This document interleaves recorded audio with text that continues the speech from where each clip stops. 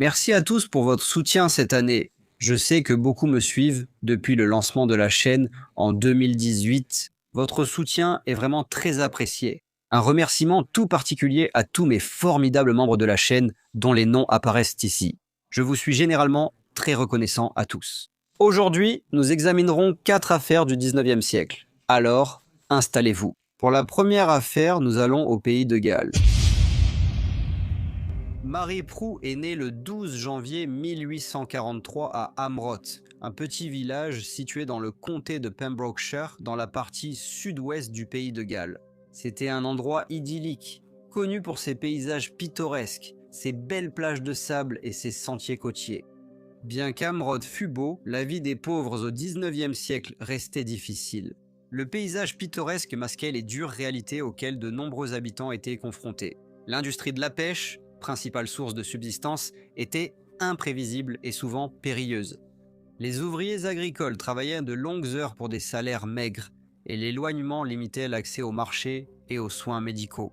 Les femmes, en particulier, menaient une existence difficile, souvent cantonnées à des rôles domestiques mal rémunérés dans les foyers de familles plus aisés. Leur journée était remplie de tâches ardues comme la cuisine, le ménage et la garde des enfants, leur laissant peu de temps pour elles-mêmes. Malgré la beauté naturelle qui les entourait, beaucoup enduraient une vie de labeur et de lutte constante. Marie était l'une des 6 enfants et a reçu très peu d'instruction dans les années 1840. Au pays de Galles, l'éducation n'était pas obligatoire et reposait surtout sur des écoles de charité, du dimanche et des organisations religieuses. Elle n'offrait souvent qu'un enseignement de base en lecture, écriture et calcul. Au lieu d'aller à l'école, lorsque les enfants avaient environ 8 ans, ils étaient envoyés travailler afin de contribuer financièrement au foyer. Marie était domestique et, selon tous, devint une jeune femme polie et travailleuse. Mais en 1863, elle apprit qu'elle était enceinte. Au pays de Galles, dans les années 1860, une jeune domestique enceinte et non mariée affrontait bien plus qu'un simple malheur personnel. Les employeurs étaient tenus à des normes élevées de respectabilité et ne pouvaient tolérer aucun écart de conduite morale au sein de leur foyer. Une grossesse hors mariage était sévèrement jugée et la malheureuse femme était généralement renvoyée, afin de préserver la réputation du foyer et de respecter les codes de bienséance en vigueur. Lorsque l'employeur de Marie a découvert qu'elle était enceinte, il lui a dit qu'on n'aurait plus besoin d'elle et qu'elle devrait quitter la maison. Alors que la plupart des femmes non mariées se tournaient vers leur famille pour obtenir du soutien en des temps aussi difficiles, Marie s'est retrouvée dans l'incapacité de le faire. Sa mère était décédée 2 ans plus tôt, et son père, s'étant remarié, s'était éloigné d'elle. Ni lui ni sa nouvelle épouse n'étaient prêts à accepter la honte d'une fille enceinte et non mariée dans leur foyer. Sans abri, elle a dû se réfugier à l'asile de pauvres. Elle n'avait que 21 ans et devait déjà affronter les réalités difficiles de la vie en institution. L'asile de pauvres était réputé pour ses conditions difficiles et ses règles strictes. Mais cet environnement impitoyable allait devenir le sien, alors qu'elle faisait face à son renvoi et à sa maternité imminente. Le 9 avril 1864, à peine 2 mois après son arrivée à l'asile de Narbirt, Marie donna naissance à un bébé qu'elle appela Rhoda, du nom de l'une de ses sœurs, décédée quelques mois plus tôt. Bien que la vie à l'asile fût loin d'être facile, Marie s'adapta à ces dures circonstances avec une résilience remarquable. Elle était perçue comme une pensionnaire obéissante, polie et ordonnée. Elle était reconnaissante pour l'abri et les soins que l'asile offrait à elle et à son bébé.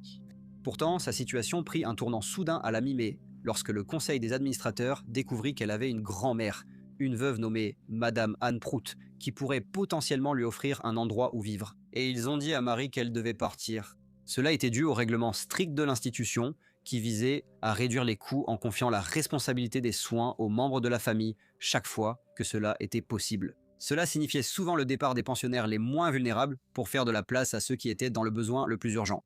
Marie ne voulait pas apporter la honte d'avoir un bébé hors mariage dans la maison de sa grand-mère, mais elle savait qu'elle devrait quitter l'asile.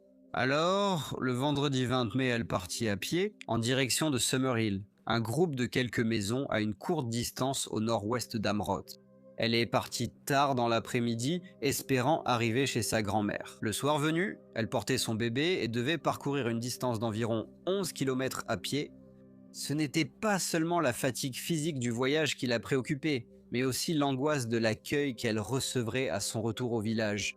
20 heures sur le chemin de la grande route à Colby et l'église d'Amroth, Marie croisa Madame Anna Davis et sa fille. Marie les reconnut et Madame Davis s'arrêta pour admirer le bébé. Après quelques politesses, Madame Davis continua, tandis que sa fille resta discuter un moment avec Marie. Elles parlèrent brièvement de la marche depuis Narbort, ce qui permit à Marie de reposer un peu ses jambes avant d'aller chez sa grand-mère. Marie s'arrêta chez Susan Ebsworth, une parente qui offrait des services de garde d'enfants. Finalement, elle frappa à la porte de sa grand-mère. Madame Anne Prout ouvrit et salua sa petite fille. Elle remarqua que Marie avait l'air pâle, faible et très fatiguée. Ses vêtements étaient en désordre et ses yeux reflétaient la fatigue de son voyage ardu. Cependant, Marie était seule, sans son bébé. Inquiète et confuse, la grand-mère de Marie la fit entrer précipitamment et demanda anxieusement ce qui était arrivé à sa petite fille, près de s'effondrer. Marie peinait à trouver les mots pour s'expliquer, le cœur lourd et les larmes lui montant difficilement aux yeux. Elle annonce à sa grand-mère la mort du bébé. Lorsque Madame Prout demanda quand cela s'était produit, Marie répondit que le bébé était décédé le mardi précédent et qu'elle ne l'avait pas vu depuis. Marie mentionna également que les funérailles auraient lieu le lendemain. Dame Prout regarda sa petite fille et, malgré son propre choc et sa tristesse, elle dit « Ne pleure pas, Marie, mets-toi à genoux et remercie Dieu de l'avoir prise. » Il était maintenant tard, alors Marie et sa grand-mère allèrent se coucher. Le lendemain, Marie se leva tôt, prit un petit déjeuner léger et annonça qu'elle allait rendre visite à sa sœur, qui habitait dans un village voisin. Cependant, en traversant Amroth, les gens remarquèrent que Marie n'avait pas son bébé avec elle. Il y avait eu beaucoup de commérages dans le village lorsque Marie s'était retrouvée dans la situation malheureuse d'être enceinte et non mariée. Et malgré la pression de sa famille, elle avait refusé de nommer le père. L'absence de son bébé soulevait désormais plus de questions. Madame Davies avait déjà informé certains villageois qu'elle avait vu Marie avec sa petite fille marcher vers la maison de sa grand-mère la veille. Et cela n'a fait qu'accentuer le mystère entourant la disparition du nourrisson. Le soir du dimanche 22 mai, l'agent de police Pierre Royal a reçu l'information que le bébé de Marie Prout n'avait pas été vu depuis. Madame Anna Davies était tombée sur Marie et sa petite fille sur le chemin menant de la grande route vers Colby et l'église d'Amroth. Vendredi dernier, l'agent de police a enquêté dans la région pour voir ce qu'il pouvait trouver. Accompagnés de 2 mineurs nommés William Davies et Jean Davies, ils ont fouillé autour des champs et des haies, mais n'ont rien trouvé. Sachant qu'il y avait plusieurs mines de charbon à proximité, ils se sont rendus à la plus proche, qui se trouvait à Killerno, à une courte distance de l'endroit où Madame Davies avait vu Marie 2 jours auparavant. Les 2 mineurs sont descendus dans la fosse. Quelques minutes après, William Davies est remonté, portant le corps sans vie d'une fillette. Choqués et abasourdis, les 3 hommes s'arrêtèrent un instant, absorbant le poids de leur découverte. Ils se regardèrent, tentant d'évaluer la gravité de la situation après avoir retrouvé leur calme. Ils amenèrent le corps au poste de police et avertirent l'officier commandant. Le lendemain matin, à 4 heures, Thomas Kelly, le surintendant de Pembrokeshire, arriva chez Madame Anne Prout et inculpa sa petite fille, Mademoiselle Mary Prout, de meurtre. Une enquête a été ouverte le mardi 24 mai à Saundersfoot, un village situé à environ 6 miles d'Amroth. Elle s'est tenue devant Monsieur W.V. James. Les témoins étaient Madame Anna Davis, sa fille, l'agent royal et William Davis qui avaient découvert le corps. Le surintendant de Pembrokeshire, Thomas Kelly, a déclaré à l'enquête que lorsqu'il a arrêté Mademoiselle Prout, elle était très calme et ne parlait pas. Mais plus tard, elle a dit « Je dirai la vérité, même s'ils me pendent. Je l'ai jetée, me suis éloigné brièvement, puis revenu constater l'absence de bruit. » Il a ajouté que l'aveu était tout à fait volontaire. Le médecin qui a pratiqué l'autopsie, le docteur Thomas Henry Newsom, a déclaré lors de l'enquête qu'à son avis, le bébé était décédé d'une fracture du crâne. Il y avait aussi une fracture à la cuisse et une décoloration du genou gauche. Mais il a ajouté que l'enfant était bien nourri, que son estomac était plein de lait et que ses intestins et ses poumons semblaient en bonne santé. Il a poursuivi en disant qu'il n'a rien vu qui puisse lui faire croire que le décès était d'origine naturelle. L'enquête a déclaré Marie Prout coupable de meurtre et elle a été placée en détention en attendant son procès. Mercredi, le 13 juillet 1864, lors de la session d'été à Haverford West, la ville principale du Pembrokeshire. Mary Prout a plaidé non coupable de l'accusation de meurtre avec préméditation de sa fille. Elle était représentée par monsieur Thomas Allen, bien que de nombreux témoins étaient les mêmes que ceux qui avaient témoigné lors de l'enquête. Cette fois, monsieur Allen a pu les contre-interroger. Lors du contre-interrogatoire du docteur Thomas Henry Newsom, monsieur Allen a demandé si le bébé avait de la gomme rouge, terme victorien pour une légère éruption au cou, souvent due à du lait de mauvaise qualité. Le docteur Newsom a reconnu que cette condition pouvait provoquer des irritations et, si elle était grave, pouvait entraîner des convulsions. Cependant, il a souligné qu'en examinant le corps, la gomme rouge ne semblait pas très grave. Monsieur Allen a alors suggéré que le bébé avait peut-être effectivement eu des convulsions et était décédé dans les bras de sa mère. Envahie par le chagrin et la panique, Mary aurait pu jeter l'enfant dans la fosse. Monsieur Allen a demandé à monsieur Newsom s'il connaissait l'accusée depuis longtemps. Le docteur a confirmé et précisé qu'elle avait toujours été de bonne nature. Monsieur Allen a alors demandé au docteur s'il avait déjà pensé qu'elle avait l'esprit dérangé. Le docteur a répondu que non. Plusieurs témoins ont témoigné de la bonne moralité de Mary. Martha Williams, la matrone de l'asile, l'a décrite comme très polie. Et Esther Thomas, qui avait été très gentil avec Mary à l'asile et lui avait offert un bonnet pour sa fille car elle s'inquiétait pour la santé du bébé, a confirmé que Mary était attentive à son enfant et semblait l'aimer. En fait, il a été déclaré que lorsque Mary a appris qu'elle devait quitter l'asile, elle a demandé quelques heures de congé de ses fonctions afin de pouvoir se rendre chez sa grand-mère et récupérer des vêtements pour le bébé. Sa défense a suggéré que cette action montrait l'intention de Mary de prendre soin de son enfant et n'indiquait pas de motif de nuire à sa grand-mère. Madame Anne Prout a été appelée à la barre. Elle a raconté au tribunal comment Mary s'était toujours occupée de son bébé, mais a également mentionné des antécédents familiaux de maladie mentale. Elle a déclaré que sa propre mère était considérée comme étrange et que sa belle-sœur nommée Sarah Prout s'était un jour enfuie de la maison en état de déshabillé. Elle a ajouté que lorsque Sarah a été raccompagnée, elle ne portait toujours pas de vêtements. La grand-mère a poursuivi en évoquant ses tantes, Mary et Betsy, qui avaient des comportements étranges et devaient souvent avoir les mains attachées pour éviter de se blesser. Elle a ajouté que tante Mary avait une fois grimpé à l'échelle et refusé d'en descendre. Ensuite, la pauvre femme a été internée dans un asile où elle est restée jusqu'à sa mort. Lorsque la défense a présenté ses plaidoiries finales, monsieur Allen s'est adressé au jury pendant un long moment et avec une grande habileté. Il a soulevé 3 points essentiels. D'abord, l'enfant a-t-il quitté l'asile vivant? Deuxièmement, l'enfant est-il arrivé vivant à Pittsmouth? Et troisièmement, était-il convaincu? La prisonnière a jeté l'enfant dans la fosse et elle n'a pas nié l'avoir fait. La prisonnière était-elle saine d'esprit à ce moment-là? Il a développé ces points en détail, cherchant à souligner que Mary aurait droit à tout bénéfice du doute.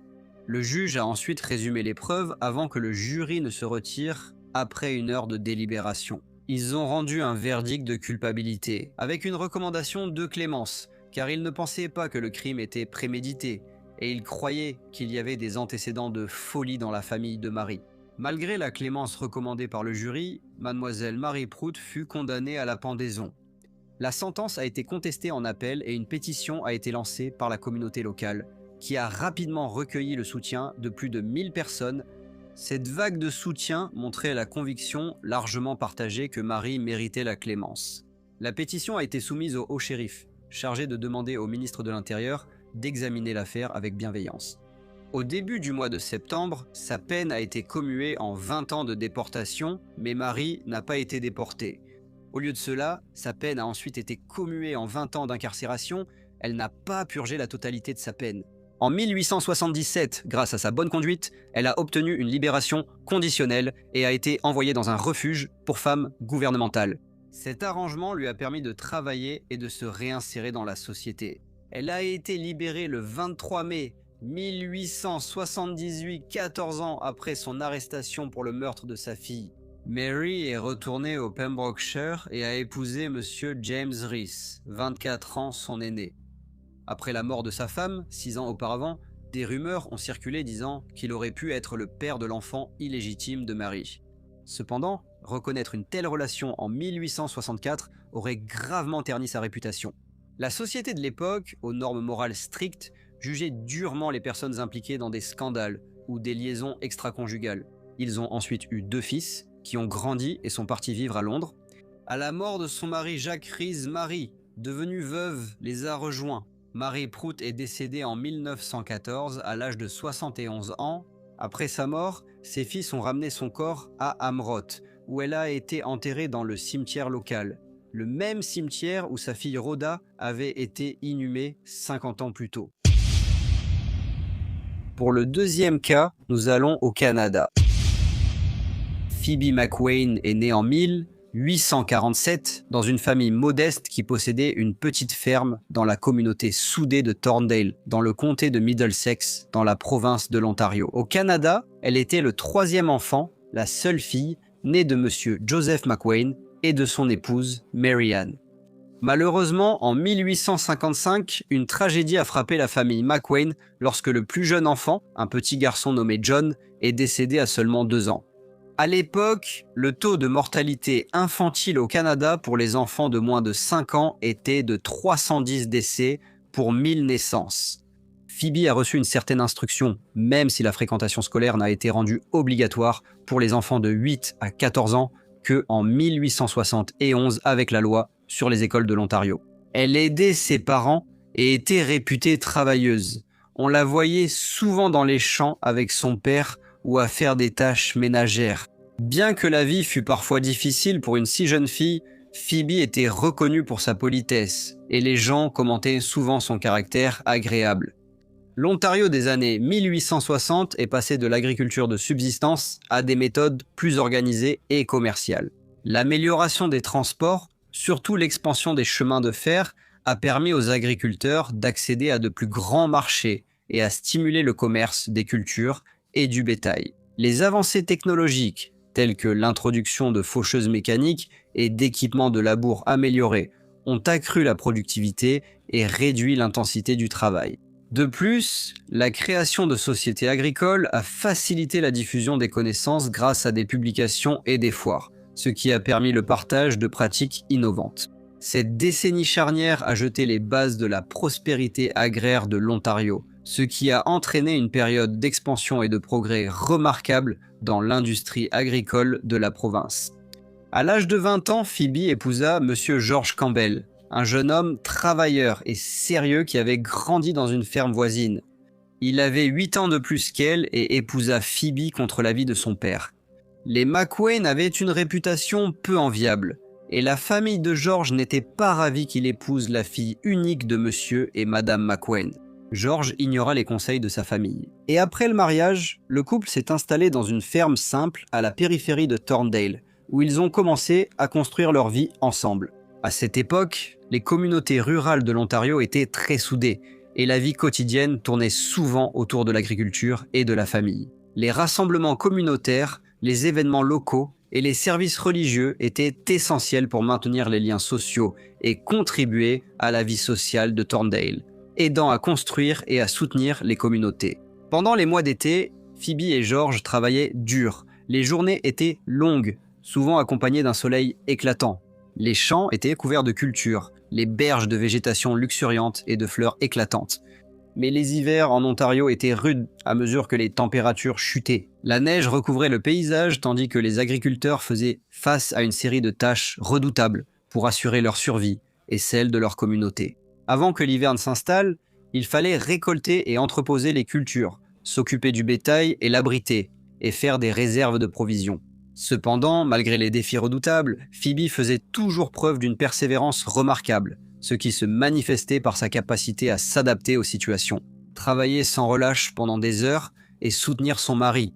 Au cours des 4 années suivantes, Phoebe donna naissance à 2 enfants, une fille nommée Marianne et un garçon nommé David.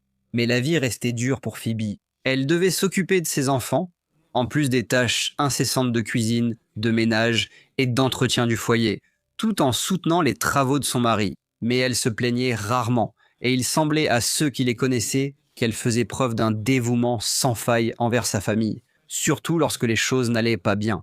Cependant, sous la surface de cette tranquillité domestique, des fissures commencèrent à apparaître dans le mariage de Phoebe et George.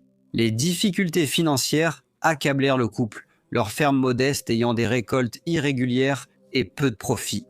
À mesure que les pressions de la vie rurale faisaient leur effet, les désaccords se transformaient en disputes animées. Malgré cela, il parvenait à sauver les apparences devant la famille et les amis. Et Phoebe, en particulier, réussissait à équilibrer la perception publique et ses tourments personnels, tout en devenant de plus en plus désenchantée par sa situation. À l'aube de l'été 1871, les tensions entre Phoebe et George s'accentuèrent. Leurs disputes devinrent plus fréquentes, ce qui laissa Phoebe se sentir piégée dans une vie qui avait pourtant tant de promesses. Des rumeurs avaient également commencé à circuler selon lesquelles elle entretenait une relation inappropriée avec un jeune ouvrier agricole nommé Thomas Coyle qui travaillait pour son père. Phoebe a toujours nié ces rumeurs. Le matin du 15 juillet, le village de Thorndale s'est réveillé avec la terrible nouvelle que M. George Campbell était mort, apparemment assassiné devant sa femme et ses enfants. Les commérages et les rumeurs allaient bon train, alors que les gens racontaient l'histoire que Madame Phoebe Campbell avait rapportée aux autorités à propos des événements tragiques qui s'étaient déroulés dans sa propre maison. Dans la déclaration de Phoebe, elle a dit qu'alors que sa famille dormait, une intrusion soudaine a brisé la tranquillité de la nuit. 2 hommes noirs vêtus de vêtements sombres sont entrés dans leur cabane en rondins. Les intrus se sont attaqués à son mari, M. George Campbell, et ont exigé de l'argent. Elle a dit que George leur avait répondu qu'il n'en avait pas. Sans se laisser décourager, les assaillants ont alors tenté de tirer avec une arme à feu. Elle a supposé qu'ils faisaient cela pour intimider, mais à chaque tentative de tir, l'arme s'enrayait. Elle a poursuivi en disant qu'au milieu de la tension, George lui a crié d'aller chercher la hache, ce qu'elle a fait, mais l'un des assaillants la lui a aussitôt arrachée. Elle a dit qu'elle avait ensuite pris le couteau qui se trouvait sur le dessus du bureau, mais que l'autre homme le lui a arraché des mains. Ils ont alors tous deux attaqué George. Madame Campbell a ensuite décrit comment, lors de cette confrontation, son mari a succombé aux coups incessants de la hache et il est tombé au sol. Elle a décrit voir du sang couler de ses blessures à la tête. Elle a dit que les agresseurs sont ensuite partis précipitamment, lui ordonnant de ne pas quitter la cabane avant le matin, sinon elle subirait le même sort que son mari. Elle a ajouté qu'aussitôt qu'ils étaient partis, elle est sortie en criant à l'aide et s'est dirigée vers le voisin le plus proche. Heureusement, ces cris ont été entendus et M. Hugh MacDonald, dont la ferme était adjacente à celle des Campbell, est venu voir ce qui se passait. Il était tôt, entre 1h30 et 2h du matin, et il a rapidement été rejoint par les voisins William Blackmore et Richard Craig. Les 3 hommes ont vu George au sol et compris qu'il était mort. Madame T.B. Campbell a ajouté que les messieurs ont été très serviables et ont réussi à apporter un semblant de réconfort pendant cette terrible épreuve. Au cours des jours suivants, cette histoire a été racontée dans tout Thorndale et les environs. Et bien qu'il ait semblé que tout le monde croyait d'abord à la version des faits de Phoebe, certains commencèrent à se demander si c'était vraiment ce qui s'était passé. Les 2 hommes noirs qu'elle avait accusés d'avoir tué son mari avaient disparu et les autorités n'avaient pas pu trouver de témoins pouvant affirmer les avoir vus les jours précédents ou suivant le meurtre. Bien qu'au début cela ait semblé être une affaire de meurtre simple, cela commençait maintenant à paraître plus complexe. Il avait également été remarqué que pendant les funérailles de George, un sentiment troublant de détachement semblait envelopper Phoebe. L'absence de réaction émotionnelle visible a suscité des interrogations et fut l'un des principaux sujets de conversation parmi les personnes présentes. C'est l'une des parentes de George, mademoiselle Annie Campbell, qui a fourni aux autorités l'indice concernant ce comportement déroutant, tout en reconnaissant de brefs moments de tristesse. Annie avait remarqué que Phoebe ne semblait pas aussi bouleversée qu'on aurait pu le penser, compte tenu de l'attaque mortelle contre son mari qui s'était produite juste devant elle et ses enfants. Une dame nommée Madame Mary Freed a également déclaré à la police qu'elle avait vu Phoebe rencontrer Thomas Coyle dans un champ près de la cabane en rondin le soir suivant le meurtre. Cela a attiré l'attention des gens, surtout parce qu'il y avait déjà eu des rumeurs selon lesquelles ils auraient pu entretenir une relation inappropriée. Cependant, le plus déroutant dans cet événement tragique était de comprendre pourquoi Phoebe était restée impuissante durant l'agression de son mari. Qu'elle ne soit pas intervenue, n'ait pas cherché d'aide ni donné l'alerte pendant l'attaque, a laissé de nombreux membres de la communauté perplexes et mal à l'aise. Au milieu de cette atmosphère d'incertitude, l'histoire de Phoebe a connu un changement significatif. Ce qui avait autrefois été un simple récit des événements était désormais embourbé dans le doute et la spéculation. La communauté se retrouvait à devoir faire face à une multitude d'incertitudes complexes. Le mélange de réalité et de détails inventés était comme différents fils dans un puzzle qui avait créé un mystère captivant. Du 16 au 22 juillet, des habitants locaux ont été interrogés par les autorités, notamment M. Thomas Coyle et Mme Phoebe Campbell. L'enquête du coroner s'est réunie le 4 août et, au cours de l'investigation, les jurés se sont rassemblés à la cabane des Campbell. Cela leur a permis de voir l'espace restreint où l'agression avait eu lieu. Les murs et le sol donnaient l'impression qu'une attaque violente avait eu lieu, car il y avait des taches de sang sur le sol et les murs. Le médecin, nommé Dr Moore, qui avait examiné le corps après l'attaque, avait noté que les blessures devaient avoir été infligées par un homme fort. Phoebe était petite, mais on la considérait comme plus forte que beaucoup de femmes de sa taille. Le jury de l'enquête a conclu que M. George Campbell avait été assassiné par deux personnes, qu'il pensait être M. Thomas Coyle et l'épouse de George, Mme Phoebe Campbell. Phoebe a réagi à l'accusation en se levant et en criant « Je m'en fiche, je suis innocente, je m'en fiche ». Suite à cela, Mme Phoebe Campbell a été arrêtée et détenue en prison jusqu'à son procès prévu pour le printemps suivant. Le procès a commencé le 1er avril 1872 à London, en Ontario, et a déclenché une vague de sensationnalisme qui a saisi la communauté d'une manière sans précédent. Alors que l'accusation et la défense faisaient leurs déclarations liminaires, les journalistes notaient chaque mot, sachant que le public achèterait leur publication, tous désireux de lire le drame et l'intrigue qui se déroulait. Dans la salle d'audience, les témoins ayant aidé Phoebe la nuit du meurtre de son mari ont décrit la scène dans la cabane devant le tribunal. Ils ont décrit l'emplacement du corps de M. George Campbell et la quantité de sang sur le sol et les murs. Phoebe avait auparavant fait des déclarations à la police, dont la plupart ont ensuite été rétractées. Elle a affirmé que M. John McWane devait de l'argent à son mari. George ayant exigé un remboursement et M. McWane ne pouvant payer, il est venu à la cabane et l'a tué.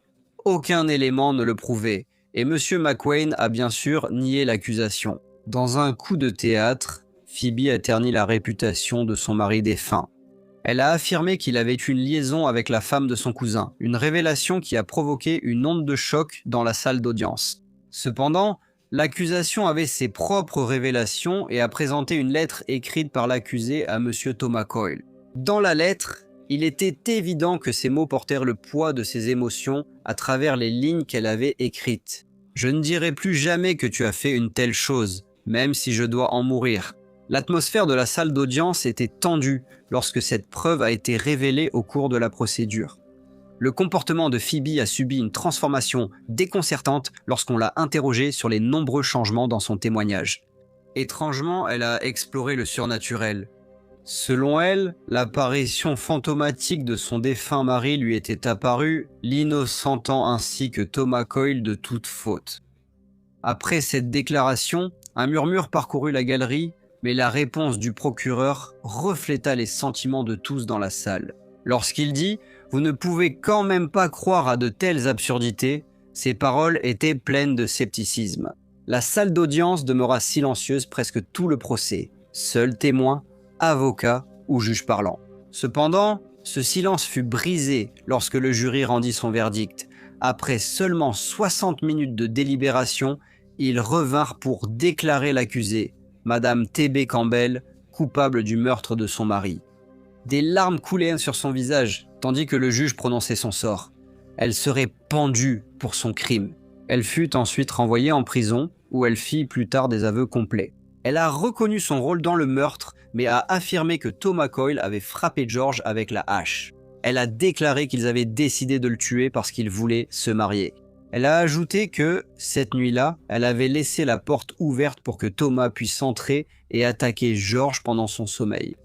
Mais l'attaque ne s'est pas déroulée comme prévu, car George s'est réveillé et s'est levé pour se défendre.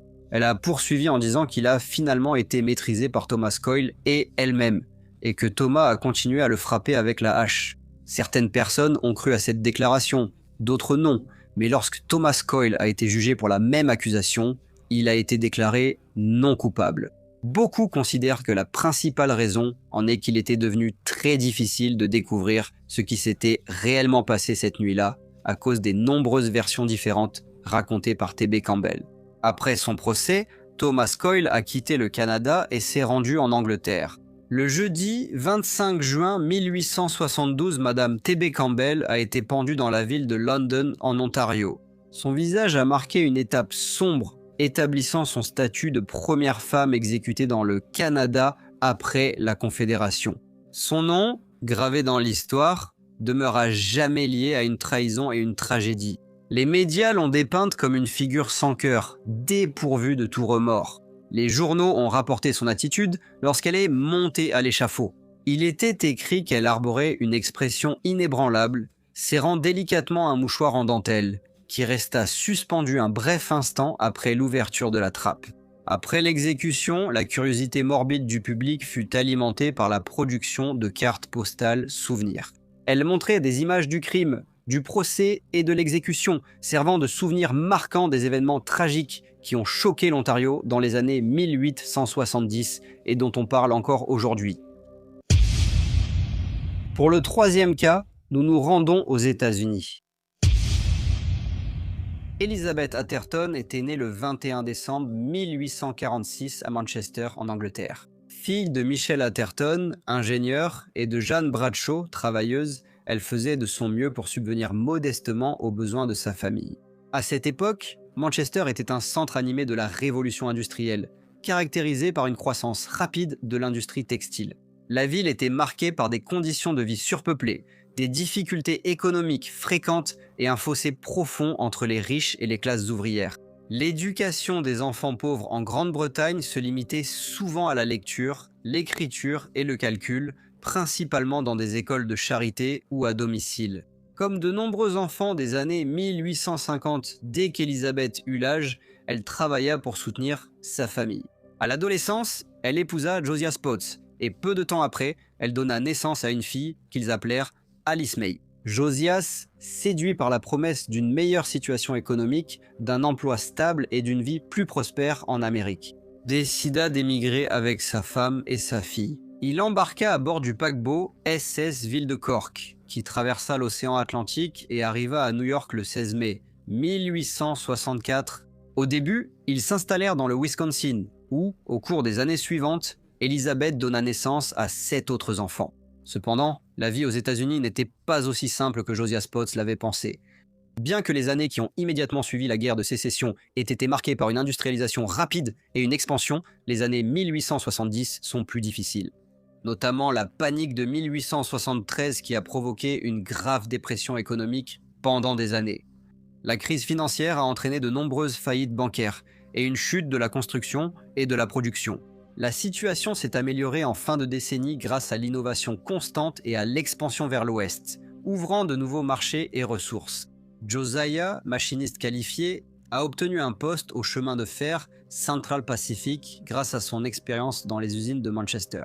Cependant, cela signifiait que la famille devait déménager et se réinstaller. Ils ont d'abord vécu à Terrace, Utah, puis ont déménagé à Carlin, Nevada, en 1886, malgré leurs 8 enfants. À cette époque, la plupart avaient déjà commencé à travailler ou servir dans différentes familles à travers divers États.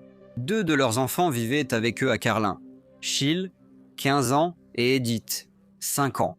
Josiah travaillait pour subvenir aux besoins de sa famille. Très apprécié localement, il était décrit comme gentil et fiable. Sa femme, cependant, avait la réputation d'être difficile. Elle était souvent irritable et s'emportait vite. Beaucoup la trouvaient difficile à côtoyer car elle était souvent franche et critique, malgré son caractère abrasif. Ceux qui la connaissaient bien comprenaient qu'elle avait une volonté forte et une détermination farouche. Certains supposaient que sa carapace dure était parfois nécessaire pour se protéger des difficultés auxquelles il faisait face. Vers 1885, Elizabeth visita San Francisco et décida, pour s'amuser, de chercher un mari via une agence matrimoniale. On lui présenta Miles Fawcett, également venu de Manchester et charpentier aux États-Unis. Monsieur Fawcett tomba amoureux d'Elizabeth, lui offrit des cadeaux et la demanda vite en mariage. Elle accepta et entra sans le savoir dans un mariage bigame. Peu après, Monsieur Fawcett découvrit que sa femme était déjà mariée à un homme vivant à Carlin, au Nevada. Maintenant, prise de remords, Elizabeth lui dit qu'elle allait retourner à Carlin pour être avec son mari et ses enfants.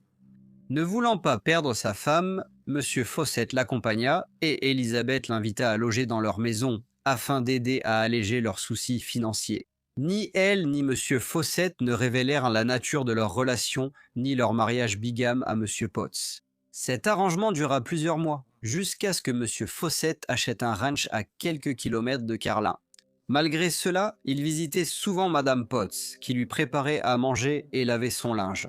Cette situation étrange suscita des chuchotements chez les voisins, qui se demandaient pourquoi Madame Potts entretenait une relation si proche avec Monsieur Fawcett tout en vivant avec son mari. Le 1er janvier 1888, Monsieur Fawcett partit de son ranch, à quelques kilomètres, pour Carlin. Il retrouva un ami nommé Monsieur Jean-Pierre Linebarger et ensemble, ils allèrent rendre visite à Monsieur et Madame Potts. Alors qu'ils se dirigeaient vers la petite maison des Potts, Monsieur Fawcett confia à Monsieur Linebarger que le couple lui devait de l'argent. Il expliqua que lorsqu'il vivait avec eux, ils avaient du mal à payer leur loyer. Alors, il les avait aidés. Il mentionna également que Madame Elizabeth Potts tenait à régler la dette afin d'empêcher son mari, Josiah, de découvrir ses activités lorsqu'elle était en Californie. L'après-midi se passa agréablement, mais à l'approche du soir, il se mit à pleuvoir et l'obscurité tomba. Alors, Madame Potts invita Monsieur Fawcett à passer la nuit. Elle lui déconseilla de retourner à son ranch si tard. Il accepta son offre et peu après, Monsieur Linebarger prit congé et rentra chez lui. 2 semaines plus tard, les gens commencèrent à remarquer l'absence mystérieuse de Monsieur Miles Fawcett, malgré quelques soupçons initiaux. La nature éphémère de Carlin, une ville où beaucoup de gens allaient et venaient, faisait que les habitants y restaient souvent un certain temps, puis partaient soudainement, souvent sans dire à personne où ils allaient. Néanmoins, Monsieur Linebarger s'est approché de la famille Potts pour s'enquérir du lieu où se trouvait son ami. Ils ont expliqué qu'un désaccord était survenu après que Monsieur Fawcett ait tenté d'agresser leur fille. Ils ont dit qu'en réalisant la gravité de ses actes, il est parti vers l'est et leur a vendu sa propriété. Madame Potts a ensuite présenté un acte de vente. Peu convaincu par leur histoire, Monsieur Linebarger a signalé l'affaire au shérif adjoint McIntosh.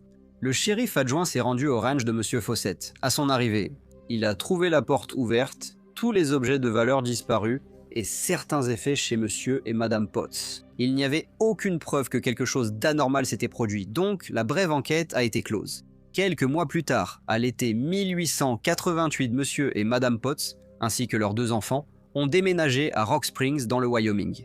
Ils ont confié à leurs voisins leurs espoirs de repartir à zéro dans une nouvelle ville.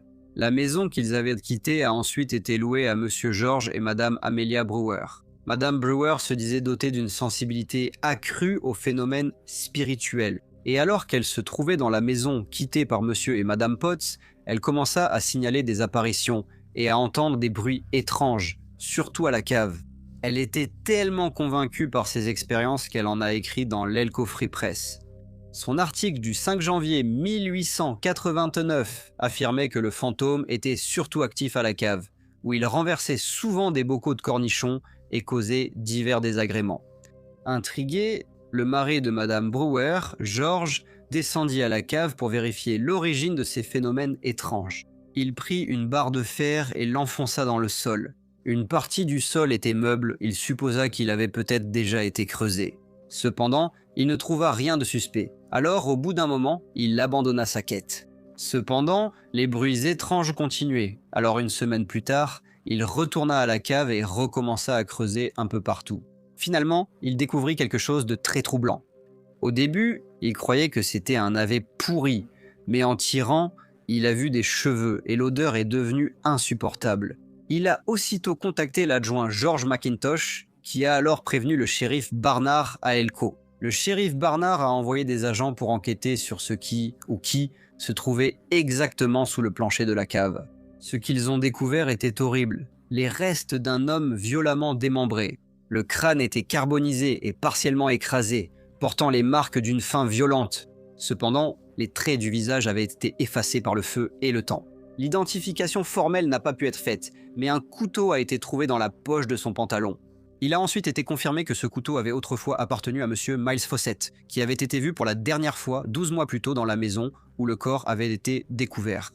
Sachant qu'à cette époque, monsieur Josiah et madame Elizabeth Potts y habitaient, le shérif Barnard et l'agent de police Joe Triplett sont partis pour le Wyoming afin de les ramener au Nevada, afin qu'ils puissent aider la police dans son enquête sur la mort de monsieur Fawcett. Pendant le long voyage de retour à Carlin, Josiah Potts a commencé à parler. Le stress et la tension de la situation semblaient peser sur lui, et il a fini par avouer les détails macabres de ce qui s'était passé. Ce jour fatidique, Josard a admis qu'il avait démembré et enterré le corps de monsieur Fawcett. Il a expliqué que monsieur Fawcett s'était suicidé dans leur maison, un événement tragique et choquant qui l'a laissé dans un état de panique. Craignant d'être accusé de la mort et ensuite inculpé de meurtre, Josard a déclaré qu'il avait pris la décision désespérée de se débarrasser du corps. Il a dit aux agents qu'il espérait qu'en se débarrassant des preuves, il pourrait éviter toute conséquence juridique et protéger sa famille du scandale et des soupçons. Alors que Josard racontait les événements, le shérif Barnard et le constable Triplett écoutaient attentivement, notant chaque détail. Mais les deux hommes se demandaient si c'était vraiment la version réelle des faits. Josard et Elizabeth Potts furent accusés de meurtre et emprisonnés en attendant leur procès. Le procès débuta le 12 mars 1889 devant le juge R. Bigelow. Il y avait une grande attente. La salle d'audience était remplie d'une atmosphère de tension et de curiosité. L'ambiance était chargée d'attente. Tous les regards étaient fixés sur le déroulement du procès, attendant de voir comment l'affaire allait évoluer et quelles révélations allaient émerger. L'accusation a commencé sa plaidoirie avec M. Linebarger, qui a été appelé à la barre comme premier témoin. Il a relaté les faits menant à la mort tragique de Miles Fawcett, rappelant leur visite chez Monsieur et Madame Potts avec le défunt le 1er janvier 1888. D'après M. Linebarger, Madame Potts avait persuadé Monsieur Fawcett de rester la nuit. Il faisait sombre et froid, et Monsieur Fawcett décida d'accepter son offre d'hospitalité. Interrogé sur sa visite chez les Potts avec Monsieur Fawcett ce jour-là, Monsieur Linebarger a expliqué que les Potts devaient de l'argent à Monsieur Fawcett qui voulait récupérer son dû. La salle s'est tue lorsque Monsieur Linebarger a révélé avoir vu la bourse de Monsieur Fawcett, contenant une grosse somme en or plus tôt dans la journée. Les Brewers ont ensuite témoigné, relatant les événements étranges chez eux et la découverte d'un corps partiellement brûlé et démembré. Dans leur cave, ils ont raconté la suite d'événements menant à cette découverte macabre, illustrant le choc et l'incrédulité qui ont envahi leur foyer. Le shérif adjoint McIntosh a témoigné sur son enquête au ranch du défunt, signalant devant le tribunal l'absence de lutte, mais la disparition de nombreux objets. Le procureur du district Love, qui représentait l'accusation, a habilement tissé ses témoignages ensemble. Il a présenté un dossier accablant contre Josard et Elizabeth Potts en moins de 2 jours. Les preuves qu'il avait réunies indiquaient clairement un mobile et une opportunité pour les accusés d'avoir commis ce crime des plus horribles. Charlie, le fils adolescent de Monsieur et Madame Potts, a été le premier témoin de la défense.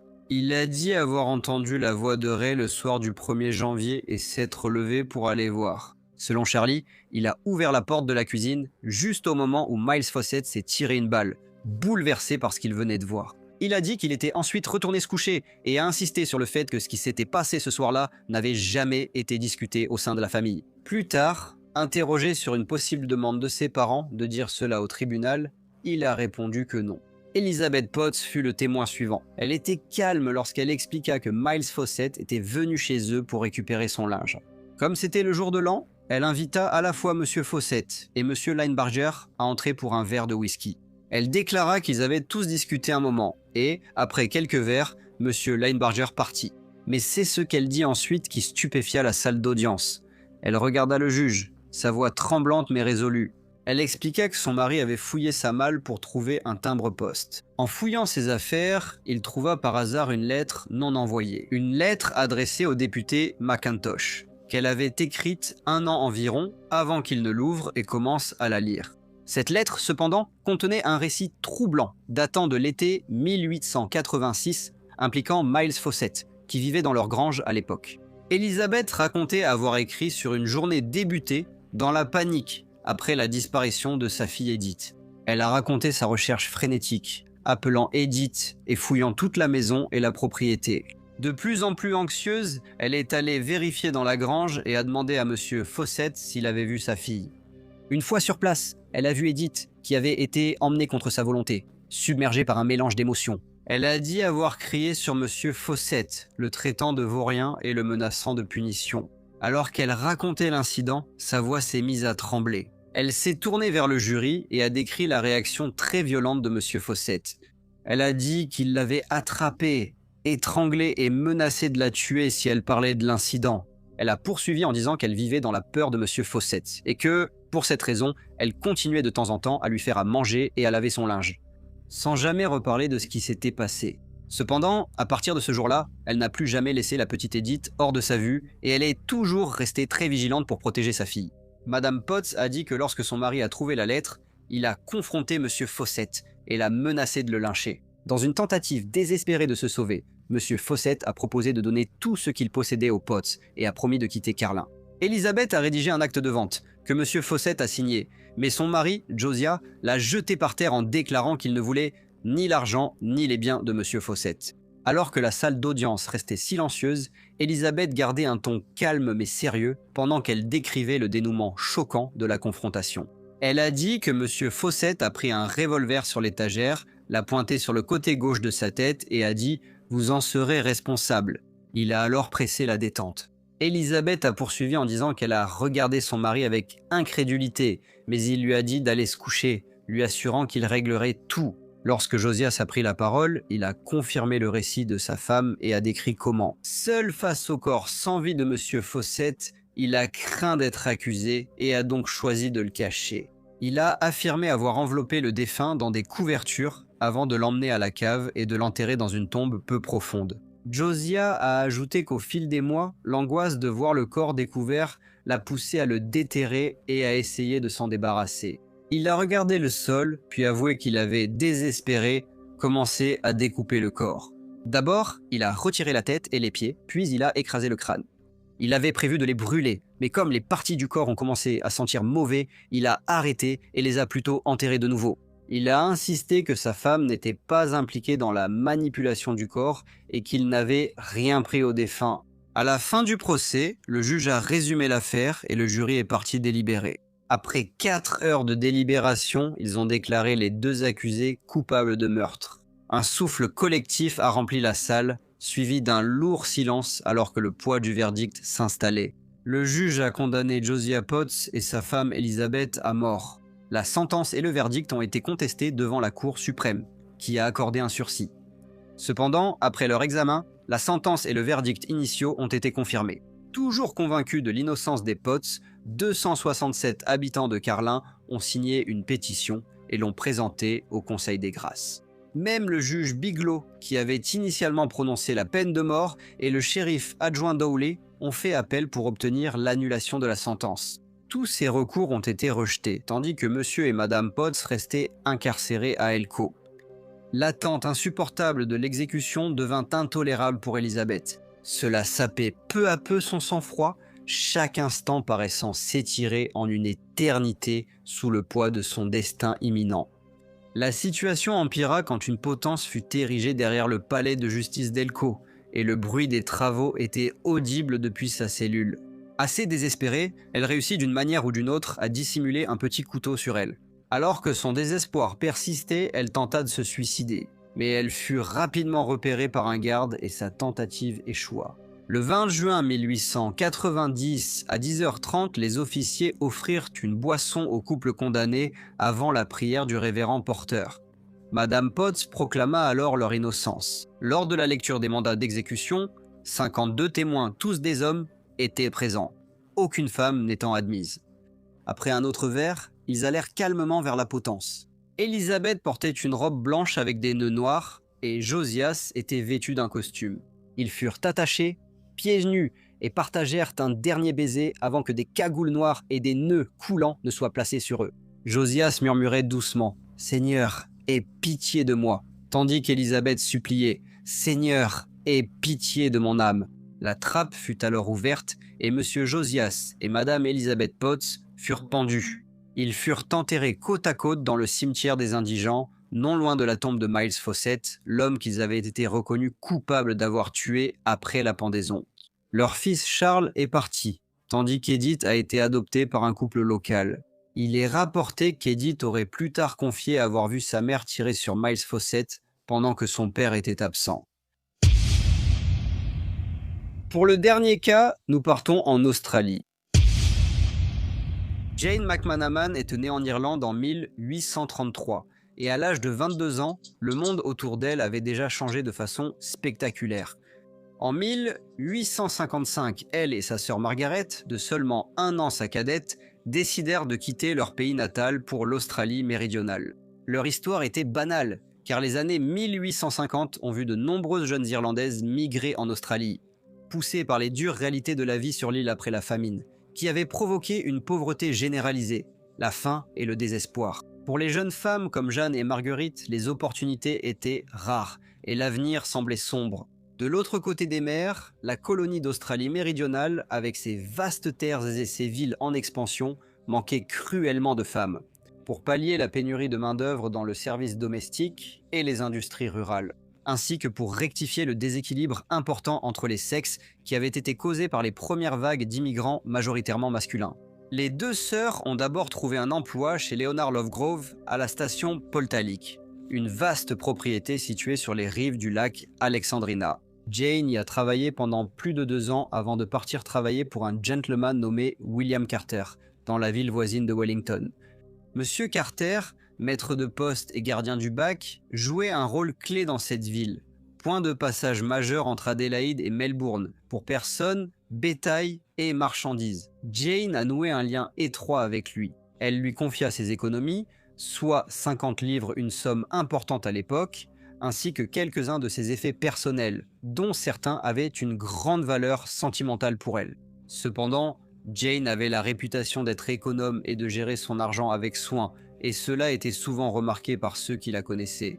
Vers 1857, Jane quitta l'emploi de Monsieur Carter et accepta un poste chez Madame Catherine Robinson, la propriétaire de l'auberge The Traveller's Rest à Salt Creek, près de la Corongue, à 106 km de Wellington.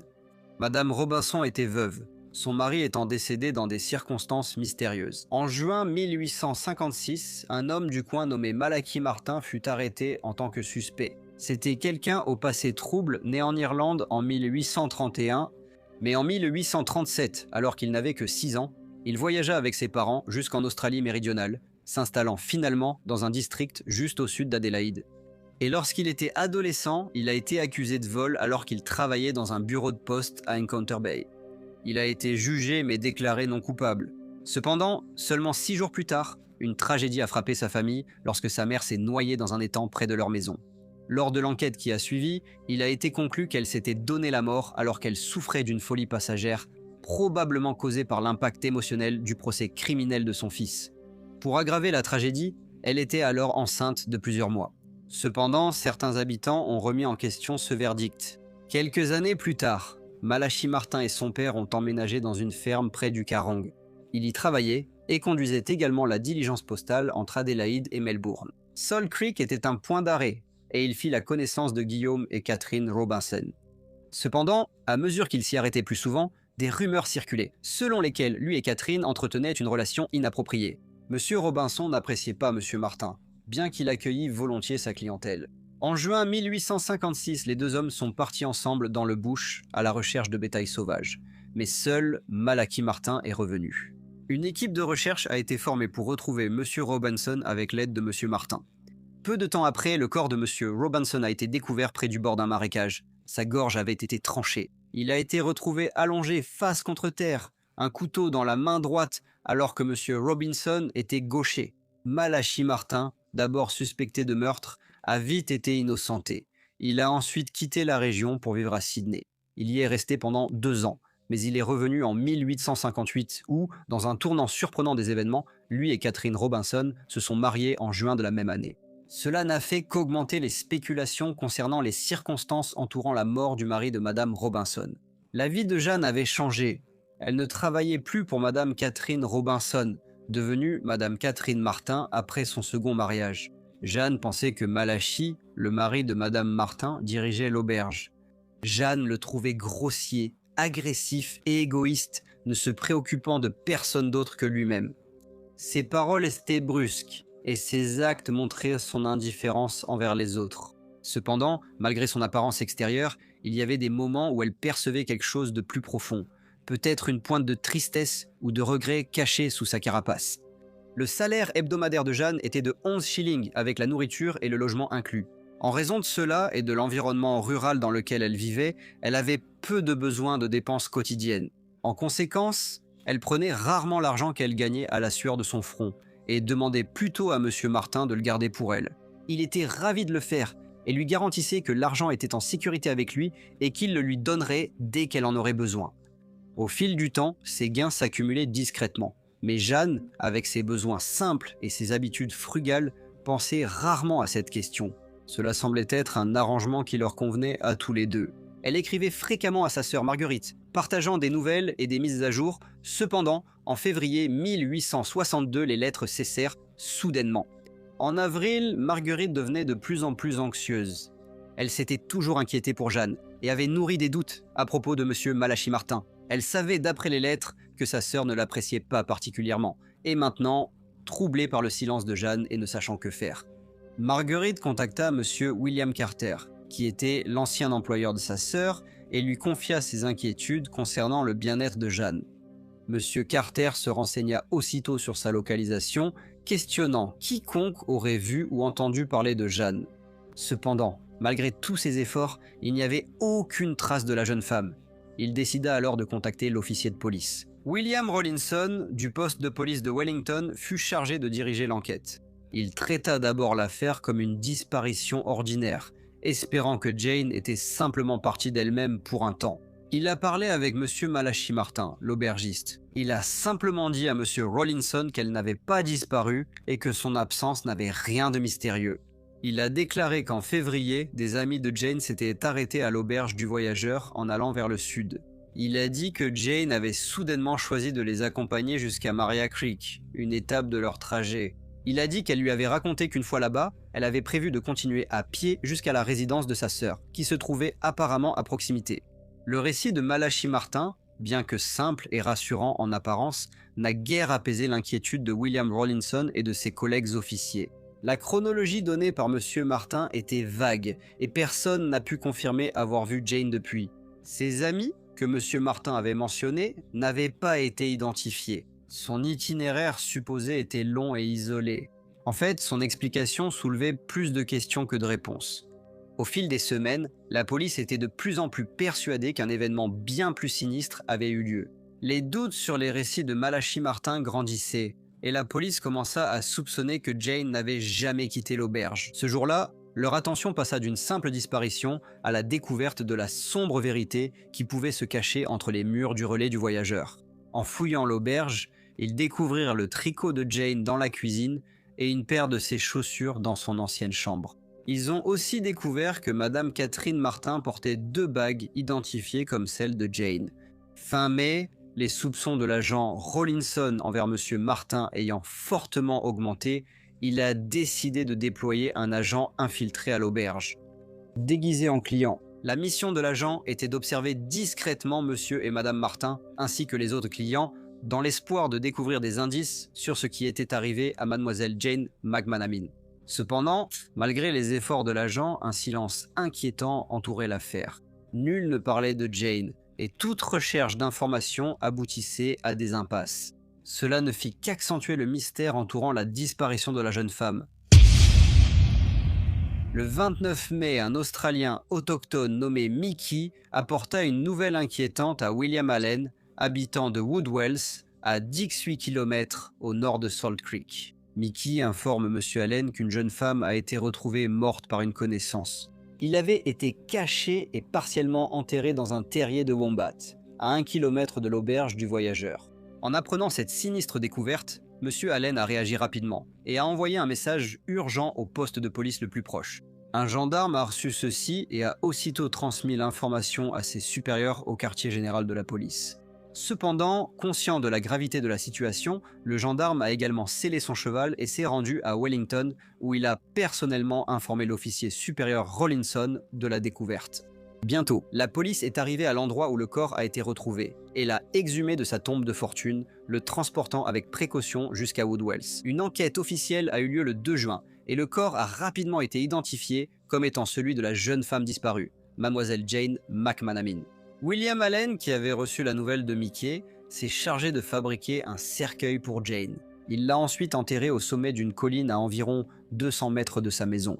Le procureur de la couronne, conscient de la gravité de l'affaire, a ordonné l'exhumation du corps pour un examen approfondi. Comme il était jugé essentiel qu'un expert médical qualifié procède à une autopsie approfondie et établisse la cause exacte du décès, le docteur Goss, un médecin respecté, a été convoqué d'Adélaïde spécialement à cet effet.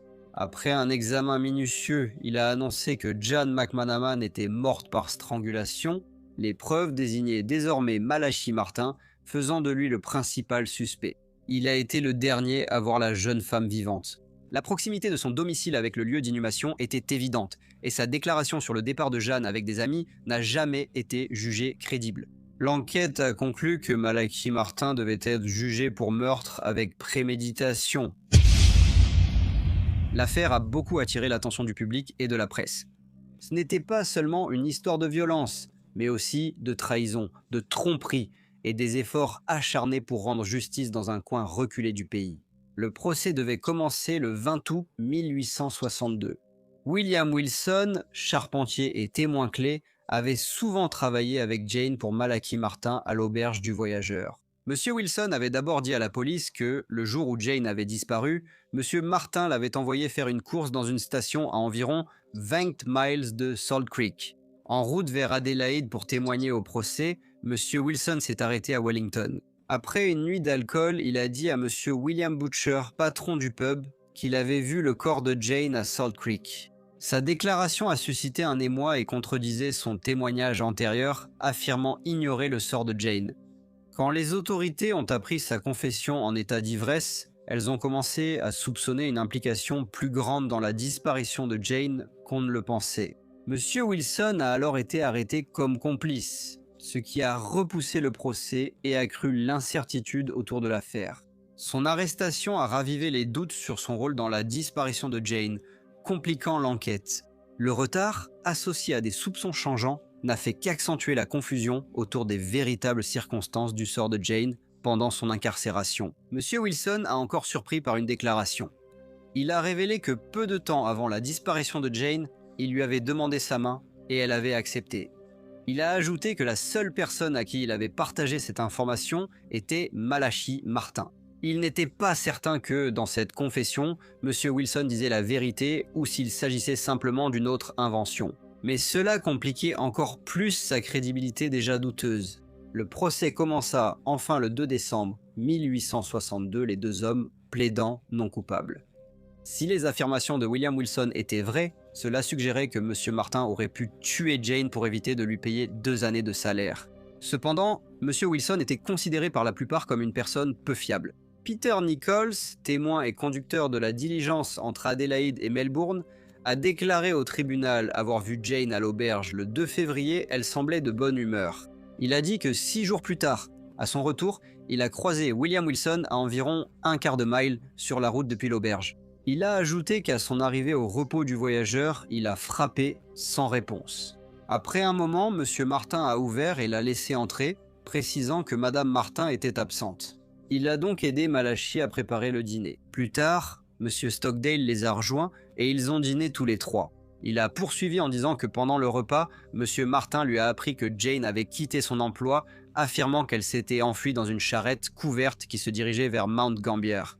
Les propos suivants de M. Nichols ont suscité un profond malaise dans la salle. Il se rappelait avoir vu une charrette couverte à la station Rankin, entre Salt Creek et Mount Gambier, en allant vers l'auberge du voyageur. Il avait parlé avec les personnes dans la charrette, mais il n'avait ni vu Jeanne, ni entendu parler d'elle. Il a aussi exprimé sa confusion face à l'affirmation de M. Martin que Jeanne était simplement partie soudainement. Il a dit qu'il connaissait Jeanne depuis 2 ans et savait que M. Martin lui devait plus de 50 livres sterling de salaire. Il a dit qu'il ne comprenait pas pourquoi elle était simplement partie. Et il pensait que si elle était simplement partie quelque part, ce serait pour aller voir M. Carter afin de récupérer le reste de son argent, d'autant plus que certains de ses amis travaillaient pour lui. Lorsque William Wilson a témoigné, il a dit à la cour que le jour où Jane avait disparu, il était allé à la gare de Stephen Hack pour récupérer une selle. Et à son retour, on l'a informé que Jane était partie avec des amis pour Mount Gambier. Il a dit qu'au début, il n'était pas soupçonneux, car Jane avait parfois mentionné qu'elle voulait s'y rendre pour les salaires plus élevés qu'on y proposait. Le tribunal s'est tu lorsque M. Wilson a affirmé avoir vu le corps de Jane après sa mort. Il a expliqué que Malachi Martin lui avait avoué l'avoir tué, puis l'avait menacé de mort s'il parlait. Il avait gardé l'information jusqu'à finalement se confier à M. Boucher, le tenancier du pub à Wellington. M. Carter était aussi témoin. Il a informé le tribunal que peu de temps avant sa mort, Jeanne lui avait dit qu'elle avait 70 livres d'économie, qui étaient gardés par M. Martin. Il a ajouté qu'il savait qu'elle envisageait de retourner en Irlande et qu'elle voulait emporter l'argent avec elle. Malachi Martin a refusé de témoigner, maintenant que Jeanne était partie soudainement avec des amis, malgré sa promesse de rester. Sa femme Catherine était revenue. À la fin du procès, il a été jugé coupable du meurtre de Jeanne et condamné à mort.